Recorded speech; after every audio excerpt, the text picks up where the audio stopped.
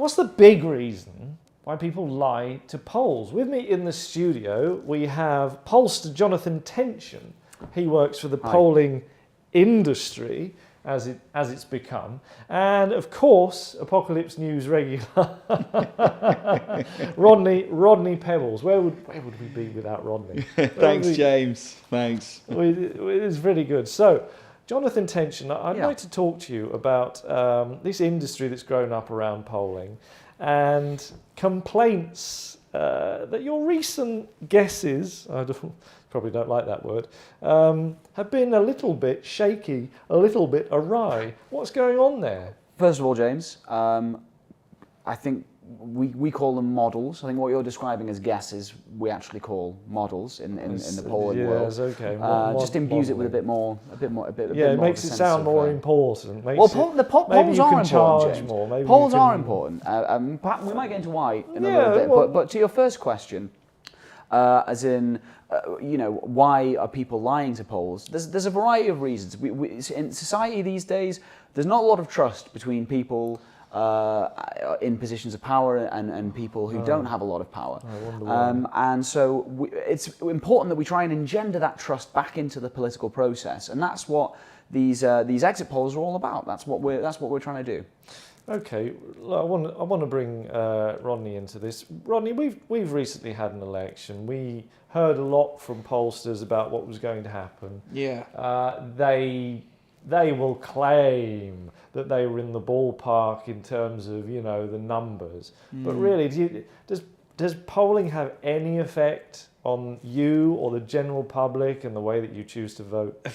I think for the average person, and I'd like to collectively think I'm probably the hive mind for a lot of average sort of people out there. I think really it's nonsense. Man of the people. We're not taking that much notice of it. It's not sort of navigating our opinions in a huge way, and it's I'm a trustworthy person. Yeah, I get that energy from you. Thank you, and I'm coming out from the polling, and I'm telling the truth, aren't I? Yeah. Is that the... Absolutely not. I'm lying every time. Right. Why? To the exit polls. Why? Well, a couple of reasons. Most importantly, I want to confuse the pool a little bit. I don't want there to be like, I don't want it to be too obvious. Teach I them don't a want lesson. it to be clear. To what end, Rodney? Well, I think we need a little bit of murky waters before the truth Muddy emerges. waters. Otherwise, So Rodney's the sort of person that makes my life incredibly difficult, and is the kind of person that I work tirelessly every single day to bring round to my way of thinking. We're pissed off, you see. We're angry. Yeah. We've had a rough time of it. People out there.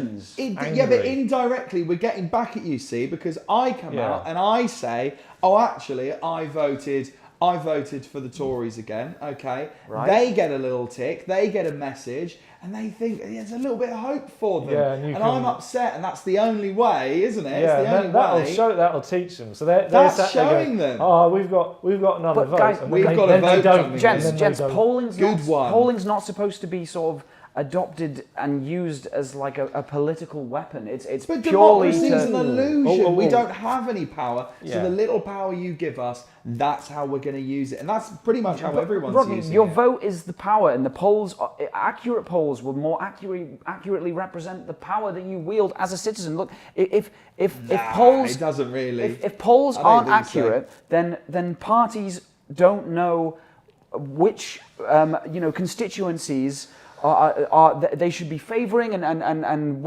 who is like which is going to swing their way and which isn't, and that all you're doing, Jonathon Tension, there is you're making the point for your own redundancy, because what you get from political parties is they say, forget about that lot, forget about them over there, they're a shoo-in, they're definitely voting for us. Let's go over here where we've got a swing thing. If we knew nothing and you didn't exist and we knew nothing, they'd have to allocate everything equally and every vote would count. I'll tell you another thing that's upsetting me, right? Democracy is an illusion, as Rodney seems like an extreme claim suggested. to make off the well, back of polls. I'll tell you why it may not be an extreme claim. we are supposed to have something called the secret ballot, okay? Now, the other week, I went into my local polling station, which was a primary school, and went with my polling card and my passport, because you've got to have ID, and I think passport's an important piece of ID, very difficult to fake, illegal, actually, don't do it. Went in with my polling card. It's got my name, James Sent, and it's got a number. Okay, I won't say what the number was, but it has the number. And a lady says, thank you for that. She crosses out my name, which I completely understand, because you do not want 2 James Sents voting, although that would probably improve the outcome if I did get more votes. Not but allowed. But then they write something on my ballot sheet. They write something on my ballot sheet, and then I see. And here's me with my brilliant mind whirring, and I go, oh, I see what they've done. They want to find out what James Sent voted. They've written my number on this ballot sheet. See, James. Okay, that's interesting. And because of this, I had to vote Labour. I'm in the news industry. You have to vote Labour in the news industry. If they get back to me. Now, James, I think you're thinking far too insidiously about this. I think all that's happened there is you've walked into the polling station and you've been earmarked as an untrustful person. That's all that's happened. That is outrageous. Well, James, the pollsters aren't in control of the energy that you're putting out in that day. I am the anchor of the most trusted news agency in Great Britain, and if Great Britain was the world, it would be the world also, okay? I'm sure you're quite right, James. I tell you what, that is... So I'm being judged by 2 ladies in a primary school on a Thursday, which hasn't happened for 35 years, I should add. And here we are, a situation, I am untrustworthy. Well, James, you might put out trustworthy energy 364 days of the year, but on polling day, if you happen to come across as untrustworthy, then I'm afraid you are going to be earmarked. Were you asked afterwards, did you have an exit poll? No, I did not. No, okay. I did not. See, that's because they could just look at what yes, they probably assumed that you were going to lie. So what's even the point in asking the question? Rodney, did you get... You did get marked. They didn't mark my paper. So they trust him, and he did lie. Afterwards, Rodney? I did get asked afterwards. And did you tell the truth? He told you. He lied. I lied. I said I lied. He lied. Rodney. Yeah. So then you were free to walk away, were you? Yeah. I went home. Right. So when the system is working properly, you'll come out. You'll have your exit poll. You'll have your exit poll. They'll say, who did you vote for? You'll tell them. If you're marked as trustworthy, as Rodney obviously mistakenly was, then you're sent off on your merry way to enjoy the rest of your life. However, if you come across as an untrustworthy person who perhaps didn't get earmarked whilst you were in the process, then what'll happen is you'll go off to another pollster there, and what they'll do is, we have a very, very secret industry method for this. What they'll do is this exact action. Did you really? Did you really? Did you really? Did you really? Did you really? And that's the psychology. Yes, those 3 words. We've done focus groups, and those 3 words have incredible psychological power. They transport the questioned person straight back to childhood. What's the emphasis on any particular word? Oh, each of them. It's a finger wag on each word. Did you really? And we found that will transport somebody back to a very vulnerable point in their childhood where they're much more likely the primary school surrounding. Exactly. Why do you think a lot of polling stations I think I was asked this actually. After I did the exit poll, I marked my thing, and a sort of a 95-year-old sort of Greenpeace woman, she said, did you really? Oh, okay. And what happened then? Well, I lied again.